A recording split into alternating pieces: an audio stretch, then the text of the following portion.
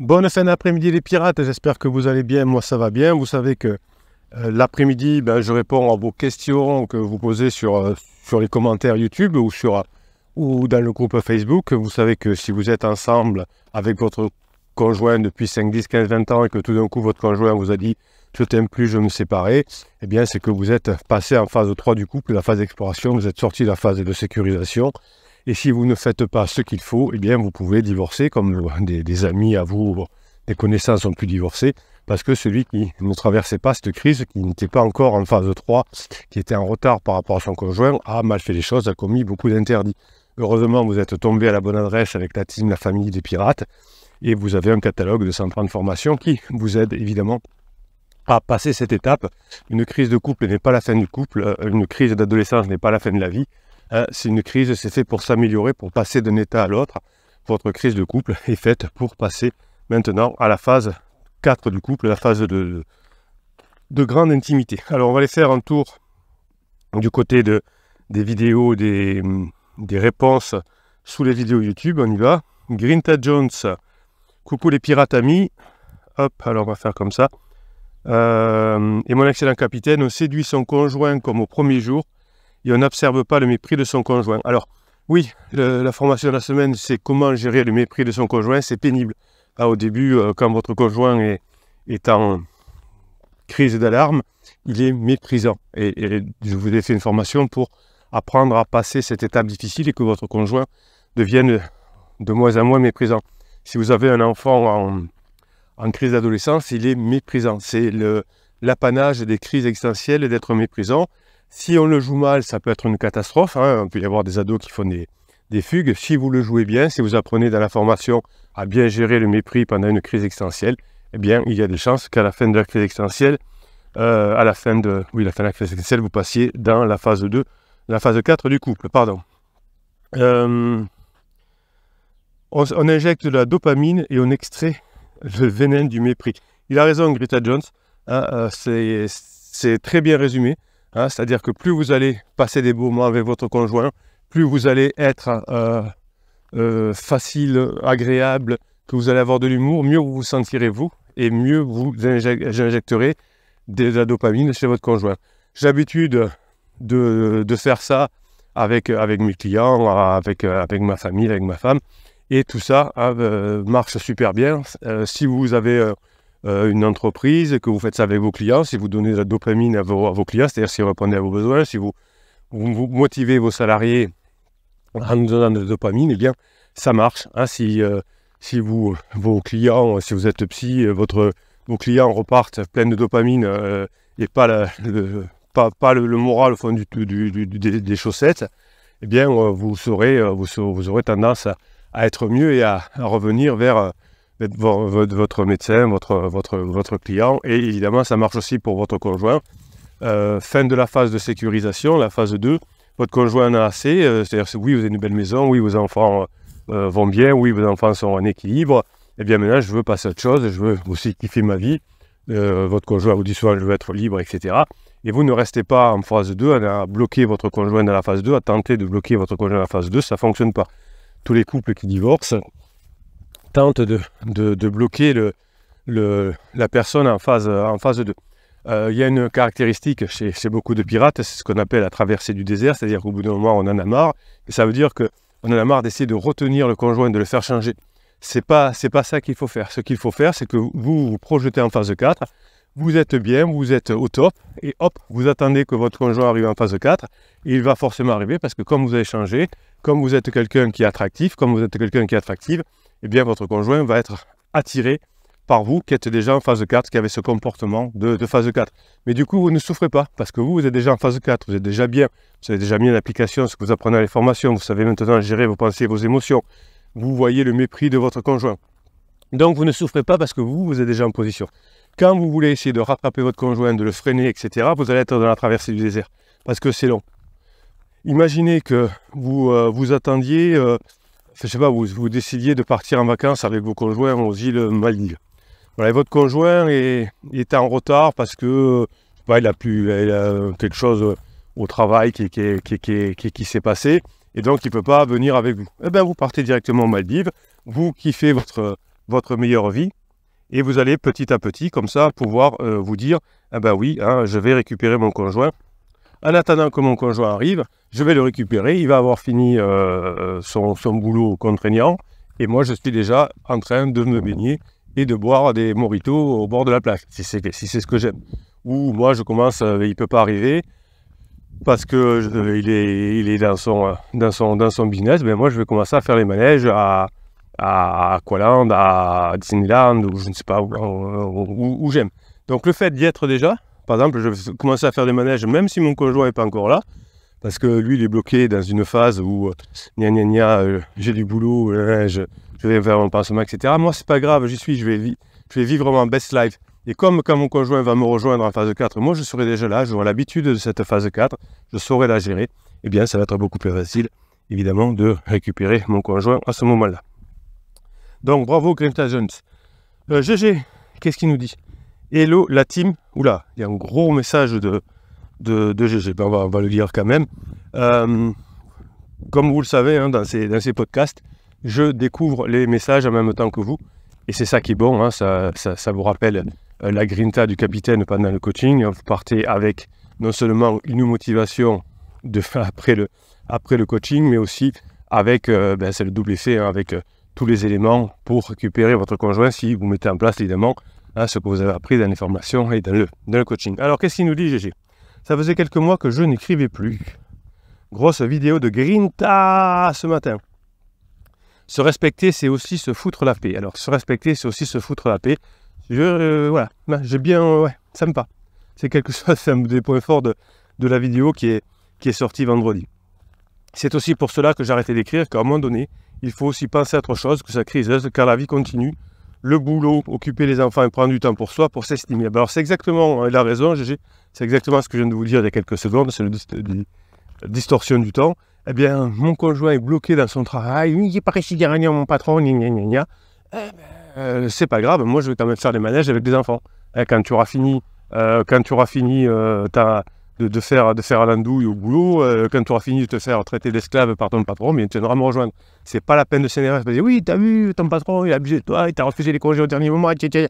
Oui, mais écoute, si tu sais pas dire non à ton patron, moi je préférerais que tu sois là, mais moi, en attendant, je vais faire les manèges avec les enfants. Donc, je vais en phase 4. Il a raison, GG. Dans une semaine, c'est mon année de la bombe. 4 années d'abstinence par respect de mon corps et d'estime de moi. Mais oui, j'en suis fier aujourd'hui et c'est bon, je vous l'accorde, mais j'ai aussi envie d'être épaulé au quotidien pour gérer 2 ados qui nous demandent qu'être heureux et vivre en famille. Alors ça, c'est votre choix, GG. Vous avez décidé, et c'est tout à votre honneur, de rester avec votre mari. Donc, pour l'instant, votre mari, dans ces conditions-là, il est en crise existentielle, certainement, si ça dure autant de temps.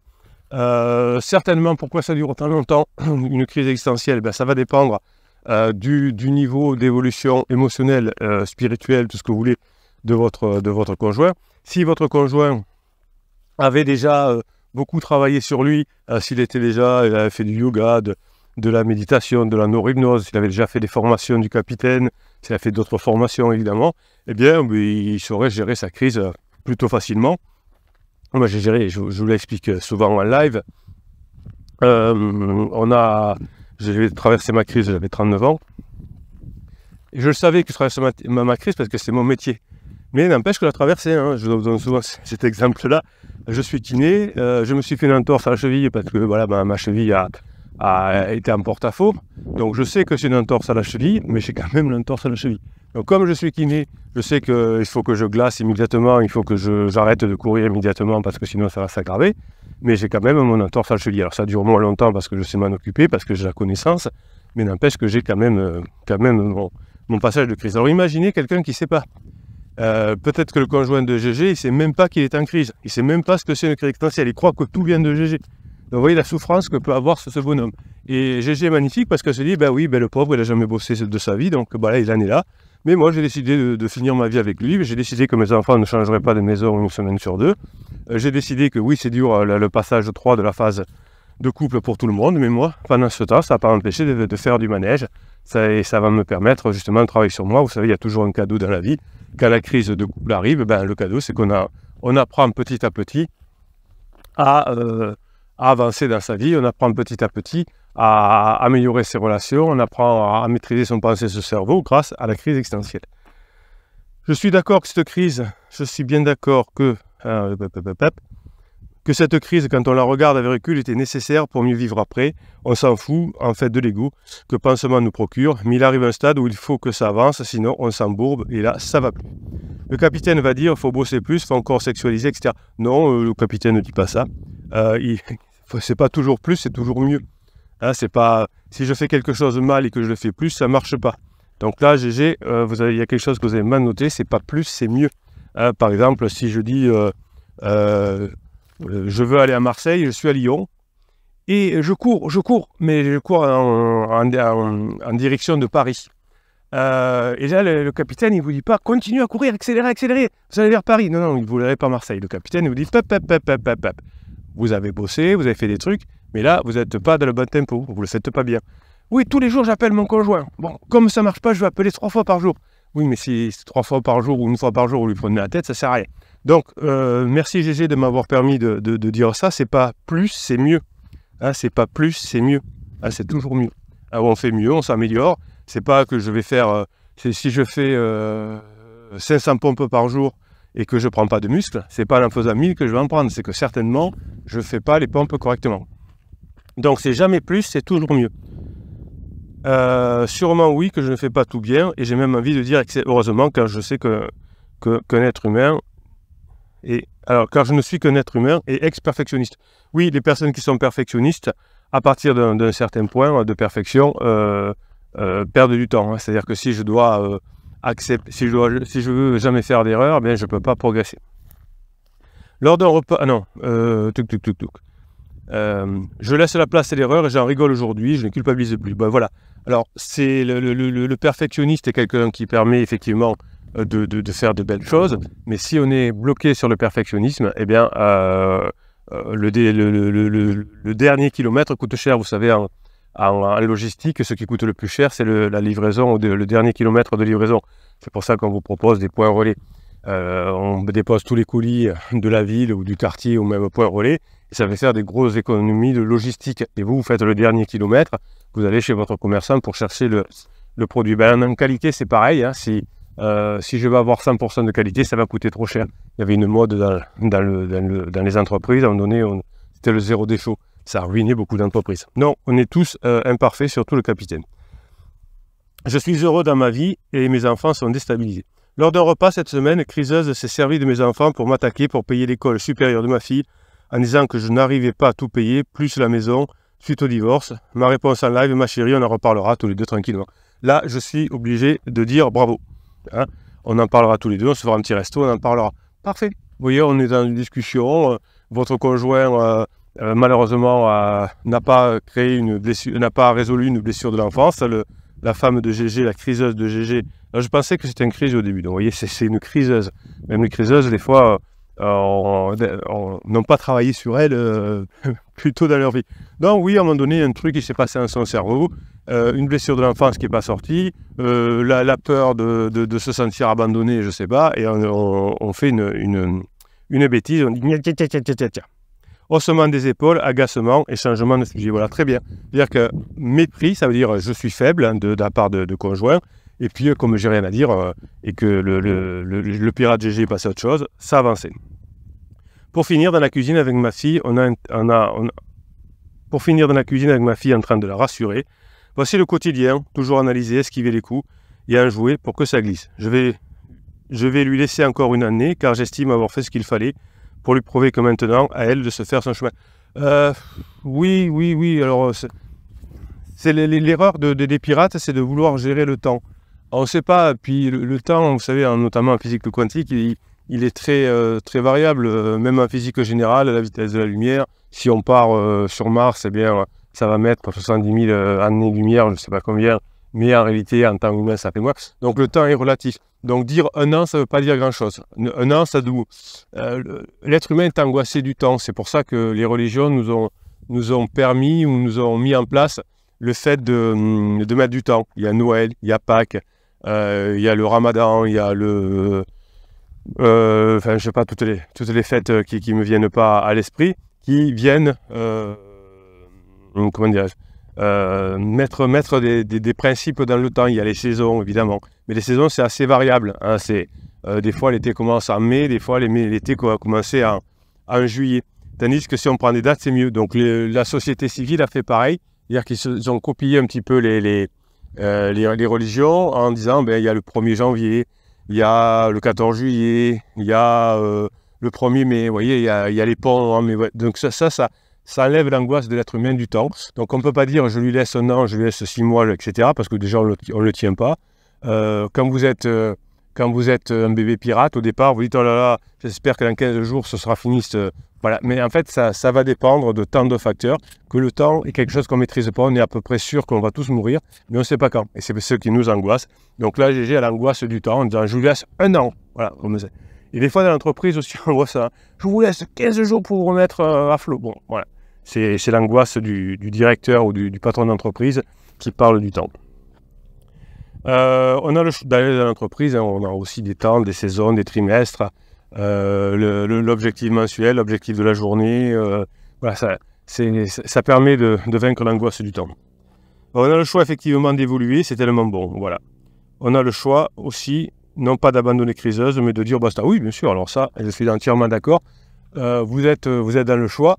Tous les pirates qui ont décidé d'abandonner, bon voilà, on galérait ensuite effectivement financièrement, mais c'est un choix. Hein. On sait que quand on se sépare, la première année c'est 20 000 euros, quand on divorce, l'autre année c'est 10 000 euros. On sait qu'on se retrouve seul pendant un moment parce que quand on se retrouve sur le marché, qu'on a 45 ans, voilà, si on est une femme, on trouve que des personnes qui sont pratiquement à la retraite, parce que les personnes de 45 ans de notre âge vont chercher des filles de 15 ans de moins, voire 20 ans, voire 10 ans.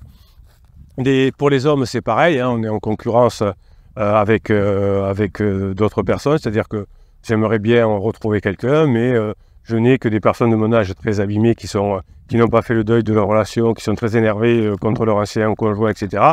Où je me fais avoir par un petit chou de 15 ans de moins que moi, qui en profite pour mon argent, pour mon prestige, ou je ne sais quoi, et qui finira par me larguer au bout d'un moment.